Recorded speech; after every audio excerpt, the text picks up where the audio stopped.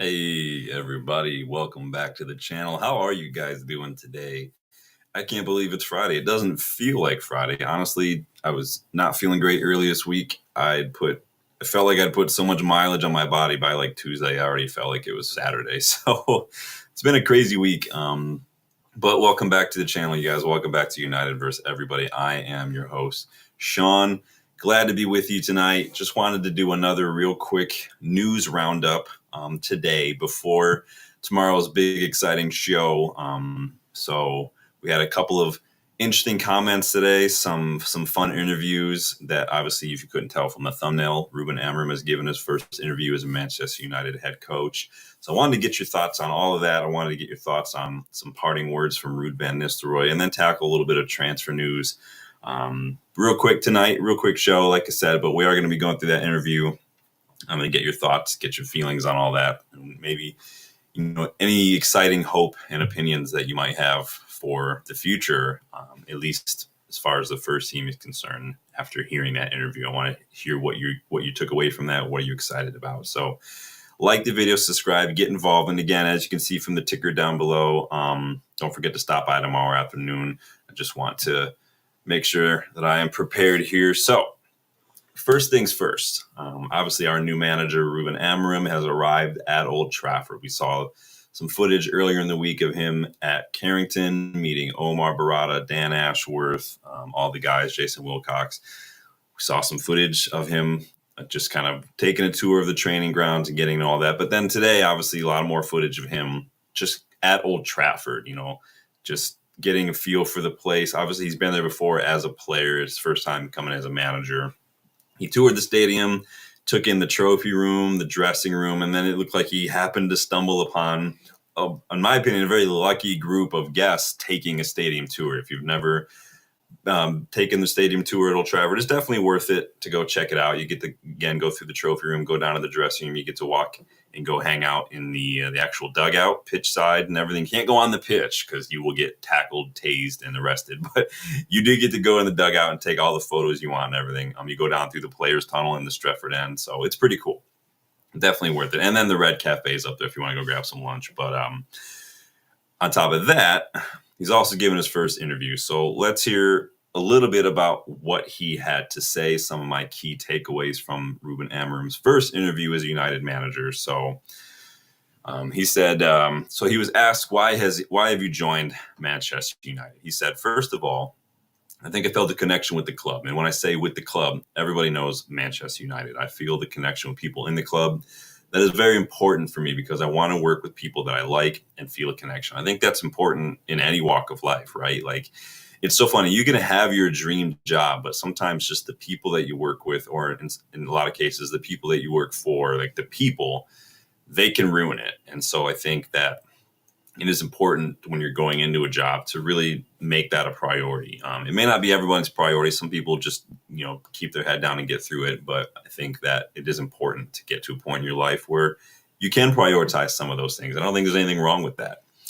He said, the second point is the history of this club. All the people are hungry for success. I feel this is a place I also want to be because of that, because you can be part of something special, not just one more. And that is something I really like. And of course, because of the fans. Because in Portugal, you listen a lot of stuff from the media. But when you see the games here, when you see the games, the interaction with the managers, with the players, even difficult moments, I think it is a special club. I like that he's called out the fan. He called out the fans a couple times in his interview, which I have nothing but mad respect for. I think that he recognizes how important the fans are. And he was asked, do you want to use that power of the crowd now that you're in charge? And he said, of course. If you are a coach and you don't use the most important thing, of course, the players play the game, but the environment is so important because they play better if the environment is good. So, of course, we need the supporters to win football matches. He ain't wrong. Who was it, right, that said football is nothing without fans? Why do they call us the 12th man? Like, that's the way it works.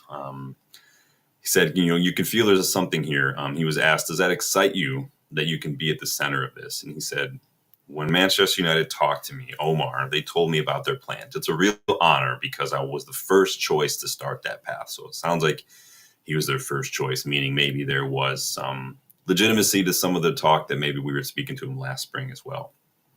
So he said, it's a great responsibility, but you feel honored and excited to be a part of that. And we know that if the team plays well and wins games, everything looks so much better and the people really start to believe in the new stadium, new ideas. So we know that we are the engine of football. Manchester United is the engine of the Premier League, in my opinion. My fucking manager right there. I love it. This guy gets it. I'm telling you right now, Ruben gets it. Because we are the engine of the Premier League. We always have been. I don't care what the Scousers will tell you. Arsenal can pretend. Chelsea, does anyone really take Chelsea seriously? City, I mean, they might not even be around anymore soon. So what else has he had to say? So he was asked if he wants a very strong link between the academy and the first team. And he said, I think it's important because a lot of people now talk about the 3-4-3, the 4-3-3, and all that stuff. But when I think as a player or as a teammate of Manchester United, it's not a system or formation. It's like the character of players, the way they see the club.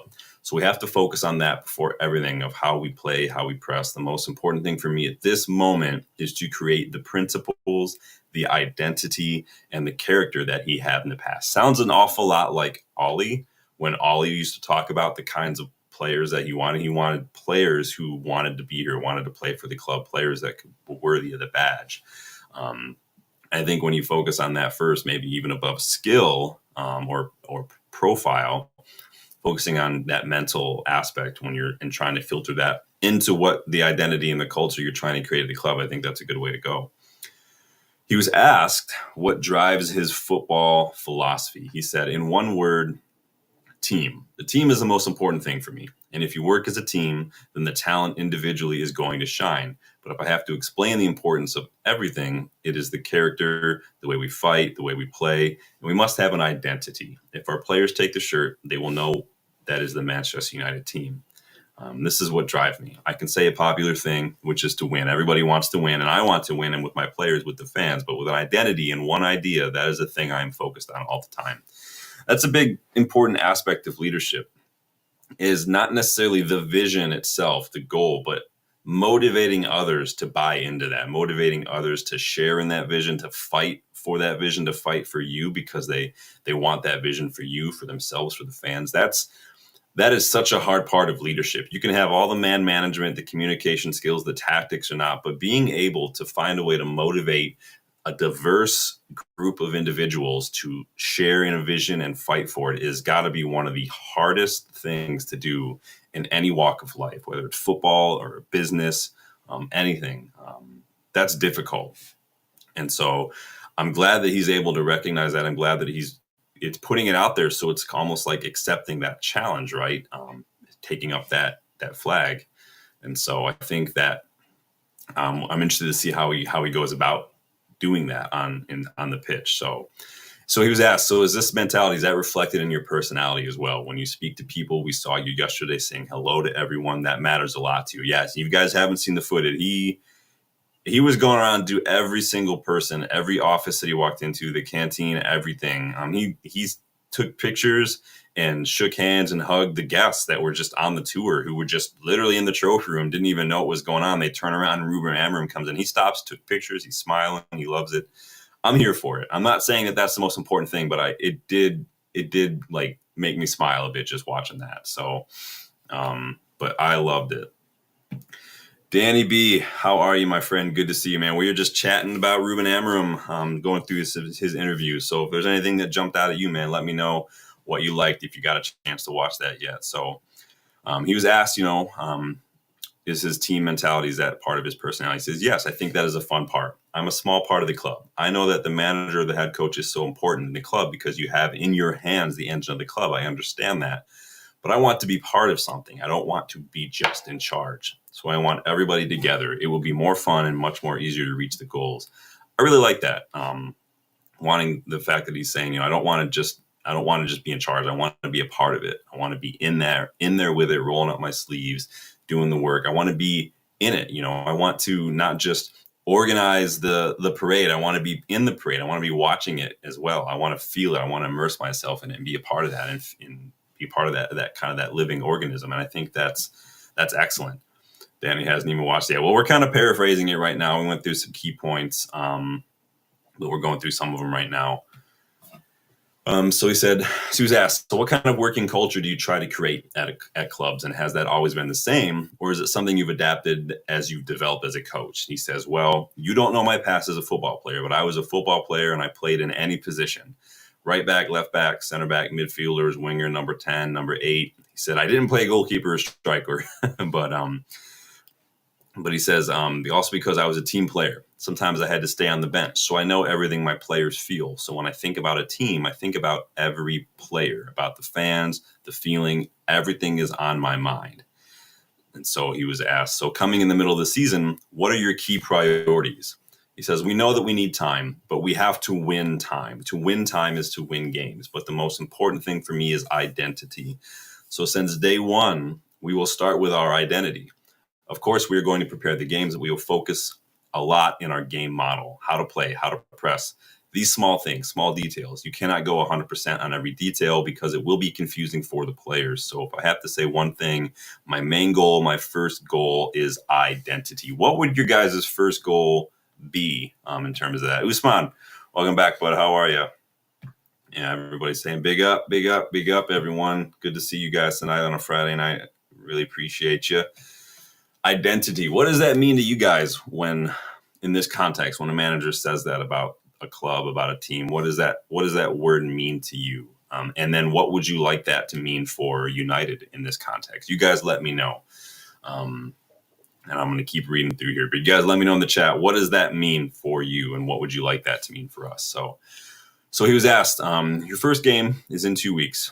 What kind of team can we expect to see from Ruben Amorim's United? And he said, it's hard to say. It's hard to say. I wanted to say beautiful things to you, but I'm really honest. I think you will see an idea. You could like it or not. I don't know. But you will see an idea. You will see positioning. You will see something that we want to reach that kind of level. You will feel that. But we have to know what it's like, that it's like 2 trainings before the first match. This is the best league in the world, but I have to say something to you. You will see an idea that I can guarantee. So he assures us we're going to be seeing an idea here. And it sounds like that's kind of what Danny's getting at. We're going to see how he wants to play, basically.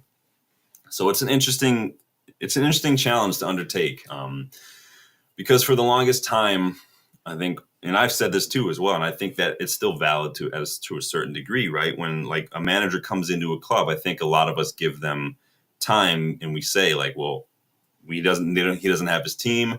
It might take a little time. So it sounds like Amorim is already saying you're going to get an idea of how I want to play right away. You may not work perfectly, you may not guarantee points, but you're going to see how I want to play, basically. And going back to what he said about the identity being one of his important goals, I mean, I think that says a lot.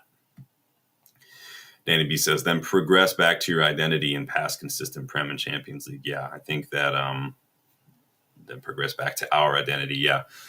It's going to be interesting. And so the interviewer said, if we see an idea, there will be patience and belief. And there's an awareness that this is a long-term project. You have young players like Kobe, Ahmad, Garnacho, Rasmus, Lenny, also coming back from injury. There's excitement at that potential. He said, yeah, but I don't want to say that we need time because we're a young team. They are prepared. Are you listening, Arsenal fans? We don't want to say that we need time because we are a young team. They are prepared. Arsenal fans, take a page out of that notebook and just fix up, because you guys have been using that excuse for a long time under Arteta. It's a young team. Trust the process. I don't want to fucking hear it anymore. He says they are prepared to cope with the demands of playing for Manchester United. They should be, because they are here. We know it will take time, and we will try to win time with the games. We have to start since day one without fear, without thinking that they are not used to playing like this. This is not on my mind. They will start on the first day with our idea no matter what. That's the goal. So sounds like they're all going to have to hit the ground running. They're going to get tossed in the deep end. They're going to get dropped into a Lord of the Rings movie in the final battle. They don't get all the funness in the Shire. They don't get all the fancy drinking at the tavern there. You're hit. You're right here. This is the battle. Just you're going to have to sink or swim right now. What are we saying here? Usman says, guys, are you watching Jake Paul and Mike Tyson? Is that a real thing? I've never watched boxing in my life. Isn't Mike Tyson like 60 years old? I don't even who is Jake Paul?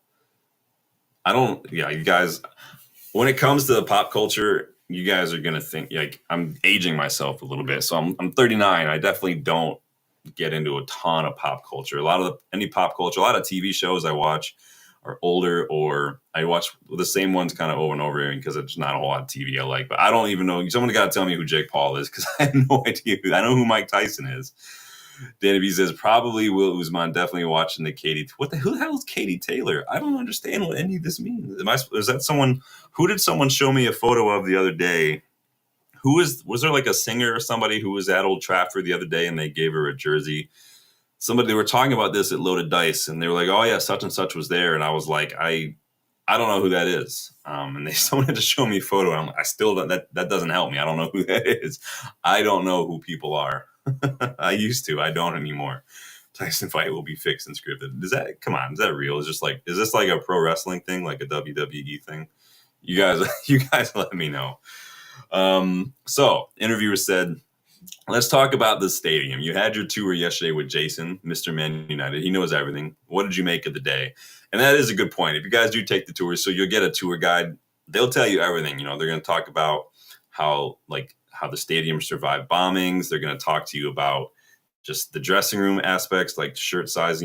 Every player gets a shirt that's tailor made. Like it's not just one size. Like to pick a size, they get tailored for that shit. They're going to show you the original players' entrance and all that stuff. You guys are going to have a blast if you ever do the stadium tour. I'll tell you right now. So he said on the stadium, it's different. You go inside Carrington, you feel it. But when you come here, it's so different. You see the trophies. You see the tragedy that we have as a club, the history. So you can understand the history after the crash. Then we were European champions. This kind of strength, I think it's important to put in our team. When the players come here, they should make the same tour with the same guy all the time. Yeah, I wonder if the players have ever taken the tour. I think the players should be forced to take that tour. They should take the tour. They should be encouraged to ask questions. They should have to go spend time in the Munich tunnel. They should have to go spend time in the trophy room to really take in, like, this is what you guys get to play for. Look at these trophies. I showed you guys that stream several months ago, the trophy room from when I was there and I took photos. Like, in Tottenham fans, if you want to go download those pictures so you can kind of see what trophies look like, you guys can go ahead and do that. You guys can take some lotion and some Kleenex and spend all night looking at that. But to go and actually be there and to see it is totally different.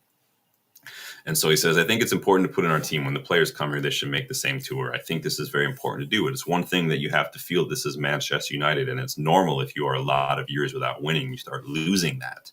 I think, yeah, he's right. Maybe the players have got complacent. Maybe it's easy for anybody to get complacent when they just get used to kind of subpar performances. So it says, so you have to be very clear on that message that you want to put on the players. I think we need to put all the players doing the same thing to regain that feeling. So he was asked, so you think that history should inspire the team? He said, that's for sure. That's for sure. That's why we're Manchester United. That's why we are a long time ago. We don't win the Premier League. But if you ask, Manchester United is the biggest club in England. So this is the part of the history it is not now. So we have to address that to show that and try to win again. And he says, the interviewer says, and we're going to finish. I want you to give a message to all Manchester United fans watching. This is your opportunity to speak to them. What would you say? He says that is a great responsibility. And the first thing is that I'm really honored to be here. It's my only choice because I think I really feel how big this club is. And then I will do everything for the team. I will defend my players if I have to all the time against everybody. That is a key point for me. And I will try to do everything to put this club in the place that it belongs. And I believe a lot that we are going to succeed. So that was the main takeaways, pretty much every word, bar some little things early on. Katie Taylor, best woman boxer. Boxing is definitely one of those sports that I've never really gotten into. It's kind of like baseball, basketball. I never really got into basketball. I was in NFL for a while. I don't really get into college sports.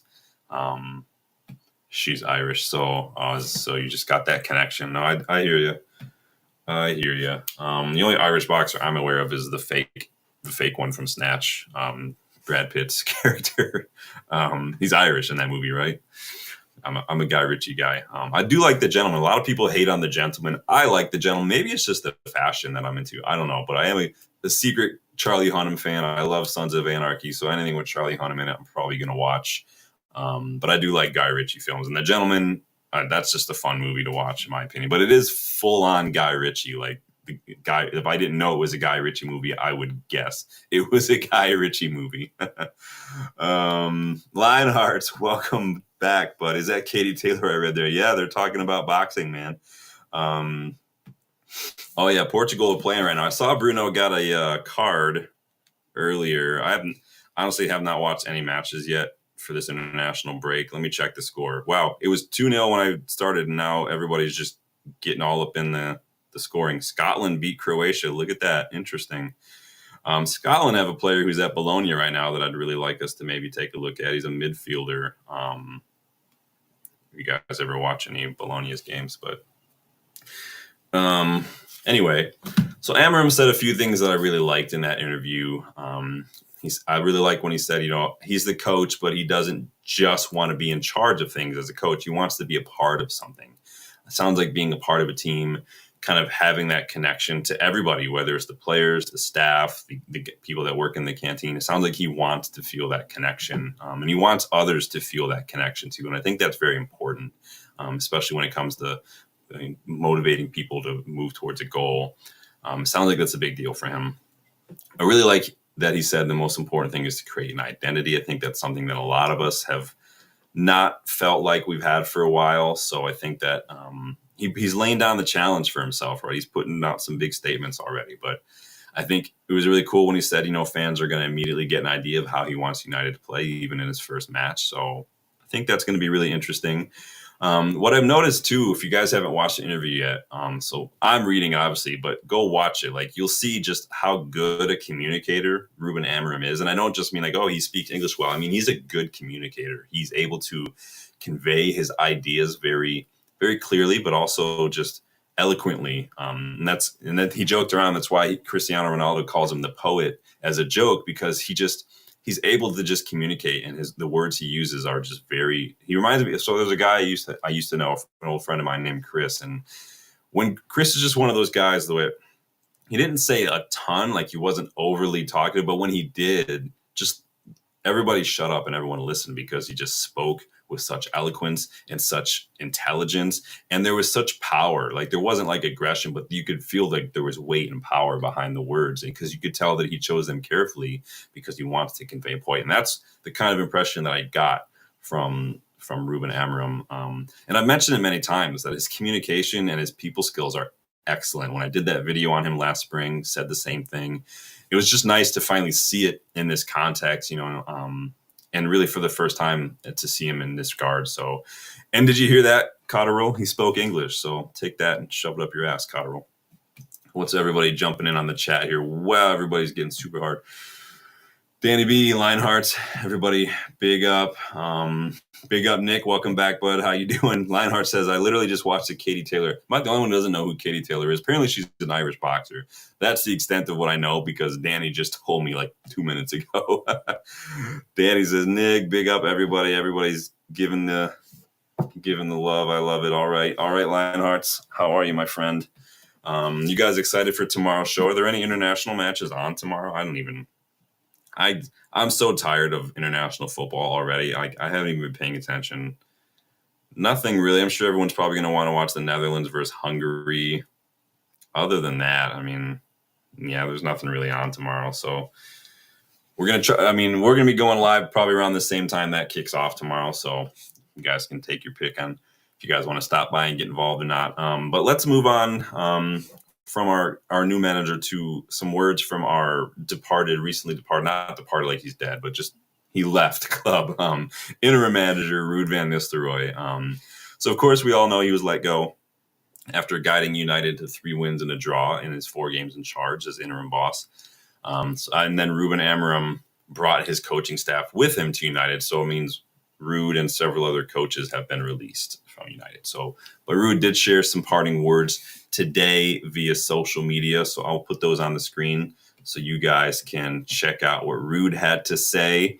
It says, to everyone at Manchester United Football Club, in particular the backroom staff, the players, and the fans, I want to thank you from the bottom of my heart for your incredible efforts and support.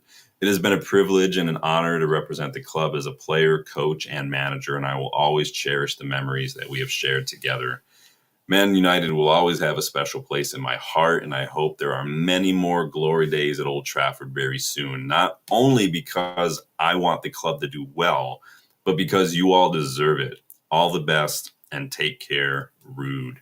Like, that's pretty legit, right? I mean, some nice, sweet sentiments from Rude. Binyam, welcome. How are you, my friend? Good to see you. Feel like you've been here before. Have I seen your name before? Lionheart says, mate, she's not just a boxer. She single-handedly put female boxing into the Olympics. See, that's another thing I don't watch, the Olympics. I think the last time I watched the Olympics was like snowboarding, probably like 20 years ago, back when like X Games and all that stuff was super popular when I was younger. Yeah, when I was in middle school, that was like when Tony Hawk and stuff was big. And so there were a lot of X Games and stuff. So guys watching the fight. Yeah, it's good to see you guys getting into the boxing. Never been my thing, but big up. I was into UFC for a while. I just kind of got away from that. So sticking with Ruud for a moment. So when it was announced that he would be leaving the club, we all speculated what the future held for him. What was going to be his next steps. It seems we might have an answer because it's been reported today that Ruud has applied for the managerial job at Coventry City down in the championship. So that's coming from Sam C with the United stand. He says that Coventry have a short list of managers that they're looking at right now. They are kind of languishing in 17th in the championship right now. Far cry from where they were a few years ago, back when Gyökeres was banging in goals for fun. Far cry from giving us a bit of a scare in the FA Cup semifinal last season. But the odds on Ruud getting that job have been slashed to 7-4 now. So could be interesting. It's an interesting move for Ruud. What do you guys think? We've seen a lot of former players who want to get into management kind of go down that route. Obviously, Company went to Burnley. Lampard is at Derby County, and things like that. And so, is that the best route, do you think, for Ruud going down there? Do you think that he would do well there? Binyam, first time on the channel. Well, thank you, man. Welcome to the channel, man. Don't forget to subscribe if you're new, if you want to get involved. We are going to be doing a big show tomorrow. We kind of do a big show during the international breaks just to kind of break up the boredom, but we're going to be going through the United squad tomorrow, as you can see in the ticker down below. One by one, who fits in Ruben Amorim's system and how, who might not fit, who might be shown the door, kind of a thing. I'm going to have some guests with me tomorrow, but we're also going to be announcing the giveaway winner tomorrow. So jump on in and be a part of that. It'll be big fun. Probably going to be here for a while tomorrow, but that's typically how we break up the monotony of the international break. We've done that a couple times now. Lionheart says, Danny B, her fight against Serrano was one of the best fights ever, male or female. Yeah, the last fight was a classic. Be close again. You guys are awesome. I love it. Not so interested in the Tyson fight. It's the Tyler and Serrano for me. Yeah. Well, now you guys have got me interested. I might become a boxing fan later on. You never know. But what do you guys think of Ruud, Coventry City? Do you like it? Do you not? Is that a good step for him? Do you think maybe he just, it seems like if he's applied for it, then he's eager to get back into management. Maybe he just wanted to keep in that swing of things. It reminds me of when I was doing undergrad. So my undergrad is in writing, right? So I have a bachelor's in writing. But I just kept taking as many writing classes as I could the last couple of years just to stay in that zone so I didn't get lazy or out of like kind of rusty. So like I got a little crazy though. So like typically you don't get out of undergrad in less than usually it takes like 5 years. A lot of people take 4 years. I was like, no, I'm not staying here another year. So my junior year, I was taking like 5 classes. And then my senior year, I was taking like 21 credit hours a semester because I was like, I need to get out of here. Let's get out of here. I'm done with this. But you guys let me know. Free on Netflix. Interesting. I might have to check it out. Bloody thing doesn't start here till 1 a.m. Gross. Danny B says you could wait, get the West Ham job, but Coventry job, probably smarter move for Ruud. Yeah, there's probably going to be less pressure going, in the championship. In terms of, obviously, there's always pressure when you're a manager, but Coventry are not doing well. I think that they're going to be a little bit more realistic down there. And obviously, you don't have the eyes of the Premier League on you. And great bonus, you don't have Premier League referees you got to deal with on a daily basis. But Coventry, they still have some decent players. I really like their Dutch right back. He's kind of a wing back now, Van Ewijk. He's very good, very fast, very good player. I think he's got like a goal and assist so far this season. So there's some decent players. And obviously, Gyökeres was there a couple seasons ago. Yeah, Taylor fight beyond 9 to 10. Our heart, Lionhearts, man. Guys, love you some boxing. Lionheart, Sean, the first Tyler versus Serrano fight is on the old YouTube. I highly recommend it. Well, looks like I know what I'm doing tonight when I'm done here. You guys are going to go watch this Tyler versus Serrano fight. Go check that out. So on from Ruud, on from Amorim, to a little bit of transfer talk. So a Norwegian journalist, Stian Andre de Waal, is reporting that Rosenborg midfielder Sverre Nipan will be visiting English clubs when the Eliteserien League ends, which I think the last match is on December 1st, if I'm not mistaken. So their league season ends kind of like middle of the year, like a lot of other leagues in the world. I know MLS will be ending not too far from now. Pretty sure, and correct me if I'm wrong, but like River Plate, their season end soon, Danny? We've been linked to Nipan for months. Remember, I picked him as my choice for our like rotation kind of Bruno understudy option for when I picked transfer targets earlier in the week for Ruben Amorim's system. He was my go-to pick. Go check out that video if you haven't yet. But if you do go check out that video, you guys, I put a timestamp in the description and the timestamp in one of the comments, but you're going to have to fast forward to like 5 minutes because my mic was doing a madness on that video. It sounded like Speak and Spell was possessed by Satan. If you guys remember Speak and Spells. Yeah, the mic was having a madness. It was fine once I unplugged it, but that mic, this is what happens when you get cheap lapel mics from Amazon. It was like $6, but I think the camera mic is doing just fine. But if it's not, you guys will let me know. But Nipan will be 18 in a month, so next month. He's got 7 goals, 7 assists in Rosenborg's team this year. They don't play like a 3-4-2-1 kind of system, but Nipan, he typically would play in like that 8 role, but he gets high up the pitch, he gets involved. I think where he spends most of his time in the ball, the kind of player he is, the kind of passes he makes, he would do very well in that system, I think. I don't want him too deep. I want him a little further at the pitch. I think he has that in him. I think he has the eye for creating goal, not just breaking a line, but he has the eye for getting the ball directly to a striker that I think would make him tailor-made for that system. He is a very good kind of cadence and rhythm. It's an off rhythm to his passing. Like I said today, he'll pass with his off foot, like on an off step, to where it's a timing thing. You're not going to expect it. Kind of like what we see from Martin Odegaard a lot at Arsenal. While reports that Man United are among the clubs that Nipan will be visiting, and it sounds like the Premier League is going to be his most likely destination. His rumored price tag is just above 10 million euros. I think that's a steal for this kid. I think he's already playing first team football with Rosenborg. Obviously, we played them in preseason, if you guys remember that. 14 goal involvements in 20 some odd matches. It's like 24, 22 matches. That's a big deal. I am very, very excited. Let me backtrack here. Danny B says, I heard we make contact with Franco Mastantuono reps too, Sean. Yeah, I heard that too. And we were talking about that the other day, Danny. I like Mastantuono a lot. I did feature him in that video earlier this week on Transfer Targets. His price tag keeps going up. Obviously, Madrid are linked as well, heavily linked. I think that Madrid, it would be, in my opinion, and I'm not just saying this because I want him. I think that if I were a young attacking midfielder right now, Madrid's probably not the place I'm going to go. They just signed Bellingham for big money 2 years ago or a year and a half ago. They have Guler, who cannot get minutes. They got Brahim Diaz still kicking around. They've got a lot of young, reportedly Martin Baturina, who we also featured on earlier this week, rejected Madrid because he's not going to get minutes. I saw a rumor today that Toni Kroos hinted at maybe a return, which I don't understand. Not that he's a 10, but you're not going to get minutes as a 10 if you go to Madrid right now. And I think that it's the smart move to maybe look to where you're going to get what's best for your career. And with basically 2 number 10s playing behind a striker in this system, there's going to be a lot of opportunities. And having someone like Mastantuono or Nipan come in mid-season right now could be such a good strength and like a master stroke, really, in terms of strengthening moving forward. And he says he scored a cracker for the Argentina U20s. Awesome, man. Yeah, I do like him a lot. What was that? I couldn't hear you. You joking around with me? Franco and Nipan, I'd be buzzing if we get them. Lionhearts. This is why I love you guys. Franco playing more on right wing for River, plays 10 underage. So it sounds like kind of like Ahmad, he can play either side. So maybe if he's got the pace and the stamina, he could play in that wide position too. Who knows?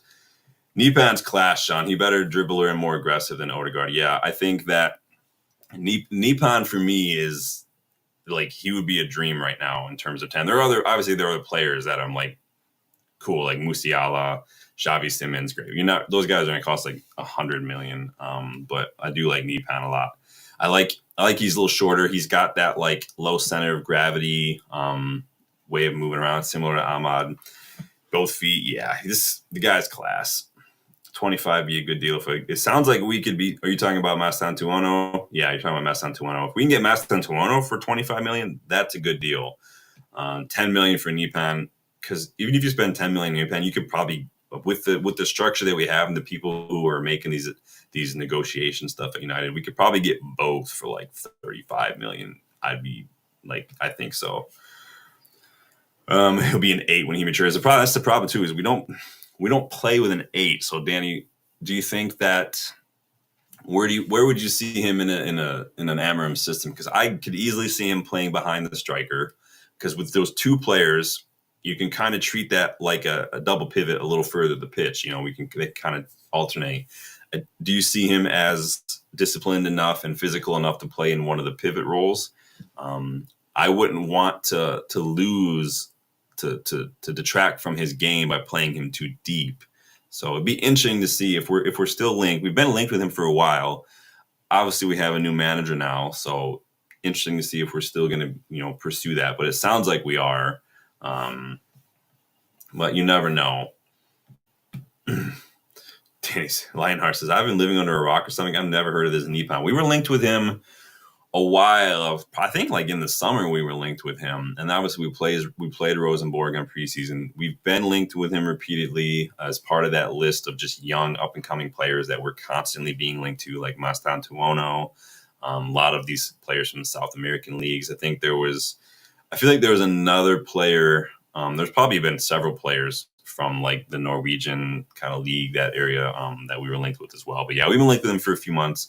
And like I said, I mentioned him earlier this week on my video for transfer targets that I'd like us to look at. And he was my pick for like that rotation option for number 10. So I don't know why I bothered putting this in my notes, because it just is. But I think it was more to point out the like what I told you guys a long time ago, like a month ago when Amorim was confirmed. I said these Victor Gyökeres rumors are going to start coming thick and fast. And sure enough, they are growing like a snowball rolling down a mountain, because this is coming from Caught Offside. They claim United are prepared to offer Joshua Zirkzee and cash to bring Victor Gyökeres to Old Trafford this summer. I put in the notes just to point out just the fact that this is going to happen. We're going to be linked to players that have played with Amorim, just like we were linked with Ten Hag players. Again, didn't help that Ten Hag kept buying his forward players, but this is the thing. Like, everyone wants Gyökeres, but everyone is giving Ten Hag shit about signing his players. So it's just, yeah, it's another one I heard of. Yeah, Lionhearts. Yeah, he's a really good young attacking midfielder. He can play as an 8. He gets involved high up the pitch. Let me go look at his heat map again too, because I'm pretty sure when I did that video on him a long time ago, his heat map was pretty high up the pitch. But let me go check and see. SofaScore. This is why I love SofaScore. Yeah, so he's an 8, but if you look at his heat map, it's like a giant blob in the opposition half, kind of halfway between. It's basically the final third, halfway between midfield and the opposition box is where he's getting all of his touches. So basically, where you be playing kind of in that 10-ish role. I do like it though. I do like Nipan a lot. He's a good midfielder. I really like the way he plays the game. He's only 17. Lionhearts wouldn't be popular. He'll be 18 in the month too. But yeah, he's and this is the thing that I said before in the video. Like what made him my pick compared to like Mastantuono, if I had to choose right now, is because he's just playing more first team minutes. Like, he's been a starter basically for a Rosenborg as a teenager. And to me, I think that says a lot. I'm not saying one's just better. I'm saying that for me is something to consider. So Mine says your rock is too big. Nick, it's not your fault. That's what she said. Yes, you guys, I love you guys. You guys are great. Unknown gems. Yeah, you can watch I don't like YouTube compilations personally. I think that's very easy to make average or even bad players look good. I mean, you can do a compilation of any player and make them look good with like just a 2-minute clip on YouTube. But yeah, and if you watch like Brazil Scout channel, you'll see a lot of young players. But I think just Google or YouTube Nippon skills and you'll see what we're talking about a little bit. He's very, very good. You guys are killing me. You guys are getting wild on a Friday night, but I mean, I never really asked you guys what you think about Gyökeres. Do we have to ask? I mean, we all I love Gyökeres. I mean, like I said, I did that scouting report on him a couple years ago when he was at Coventry City still, because the guy was an absolute baller. I was surprised that there weren't bigger clubs looking for him. I think that sometimes I don't understand why big clubs in Europe, especially the Premier League, have scouts if they're just going to see who the big top like European kind of like your Osimhen and whatnot. They're just going to go for players like that and not actually do any scouting. Like, it is what it is. But now Osimhen's at Galatasaray, and like Kolo Muani was another big name. Gonçalo Ramos was another big name. And that's the great thing about Gyökeres is he's already used to English football. I think he was at Brighton, and then he went on loan, and then he made a permanent move, right? And then he spent a couple of years, and he was doing bits. He was getting like over 20 goals a couple seasons in a row at Coventry. He's just a really good attacker. But that's the thing. Like, Højlund is the same profile as Gyökeres. Obviously, he's not there yet. When Gyökeres was like 24, 25 when he went to Sporting. Højlund's still just a kid, but we'll see. I wasn't convinced until the City game on Gyökeres. I mean, it's hard not to be convinced if you looked at the guy's numbers. Obviously, everyone can say, like, it's the Portuguese league. Well, yeah, it is the Portuguese league, but again, like you're saying, look at what the Champions League did, and he just went ham in that second half. Like, he was just a beast against City. So I do like Gyökeres a lot. I don't think we're going to get him. Obviously, we can all want him. I don't think it's going to happen. I just don't see it happening at all. He would cost a lot of money. I read that he's got like a release clause that's up like over 100 million. I have also read rumors that he and Sporting have this like gentleman's agreement that if like offer of like 60 million comes in, that they're going to take it. But is that where we would prioritize funds right now when we have a lot of areas that we need to think? We have 2 strikers that we just bought in 2 years. Jury's still out on Zirkzee. Honestly, for a lot of people, the jury's still out on Højlund. I like Højlund a lot. I just think that he's being asked to do a lot. I don't think Ten Hag played him to his strengths, but I think Højlund's so young. He wasn't meant to be our first choice striker. He was meant to be like our young second option, but he's being asked to basically do like a man's job, and he's still a kid basically. So it's a lot of pressure to put on a youngster, but he's going to have to learn fast. As Amorim said, the players need to be used to it. We're going to start playing. It is what it is. So Lionheart says, I was wondering why no PL went for him when he left Coventry, and that put doubt in my mind. I was surprised that Spurs didn't look at him. With Harry Kane leaving, he seemed like an ideal replacement for Harry Kane. Like, he played similar. I just didn't get it. But Arsenal, like, why didn't Arsenal still have no striker? Yeah, Havertz gets a goal now and then, but he and Gabriel Jesus are not the kind of number 9s that are going to push Arsenal to finally getting it. I think Arsenal had their chance. They kind of peaked and they couldn't get it over the line. And I think we're starting to see a little bit. Edu just left. I think I've already started to hear fans kind of starting to turn on Arteta after they've been backing him for the last couple of years. They were all over trust the process. I think they all thought that they were going on a steady incline. I think that they just peaked and they plateaued. And I think now, even with City struggling, I don't think that Arsenal are going to do anything. I think this is Liverpool's title to lose this year, unfortunately. I say wait and see. We got used to it. Yeah, and that's a good point too, Danny. Obi Martin, chilling. Wheatley. I'm still not super convinced on Wheatley. His finishing has not looked good whenever I watch Wheatley play personally, but we'll see. He's young. I think Wheatley could probably do with a loan here and maybe in the summer, maybe next year. But Obi Martin looks a beast. I like that a lot. Danny Lionheart says 100.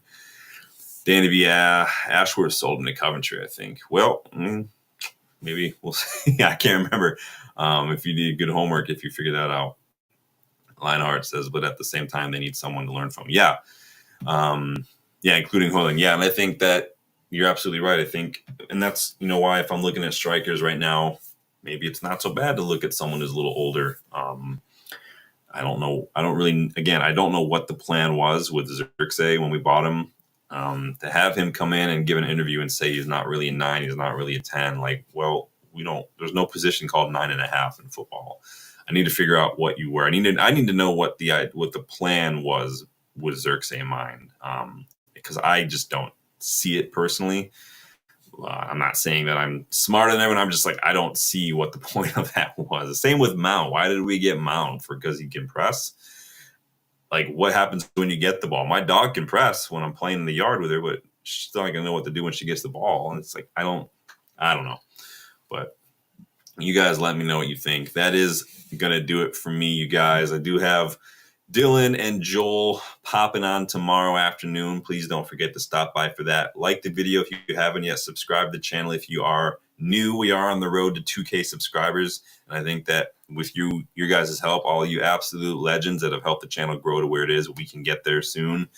We're not too far away. We're like 180, 170-ish away. So keep liking the videos, keep subscribing, get your thoughts in on the comments if you guys weren't able to join the live. And please, please, please stop by tomorrow. Like I said, going through the squad one by one, who fits, who doesn't, who will be maybe give another chance to, or maybe who's it's worth kind of seeing if they fit. And then how do these players fit? Some players maybe you don't think they will. We'll see how it goes. But you guys, I can't wait to hear your guys' thoughts on that.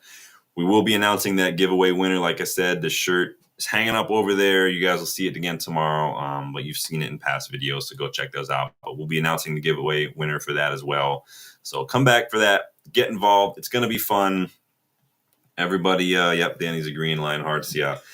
I think, and that's why I said in that video earlier in the week when it comes to midfielders, I identified some older ones, guys who were like 25, because I think that it could be good for these players to learn a little bit from these older players. Someone like a Conrad Leimer, someone like that profile could come in, and not that we were going to get him. He's on a long contract at Bayern, but someone like that is what I'm getting at. Someone of that profile, like a Barella kind of a deal. So Danny, I'm looking forward to it. You guys know I always enjoy having other people here, getting more people involved. So I'm looking forward to it, but it's a fun little video. So enjoy your evening. Enjoy the boxing matches, guys. The fights, sorry. I will see you guys tomorrow. Take it easy.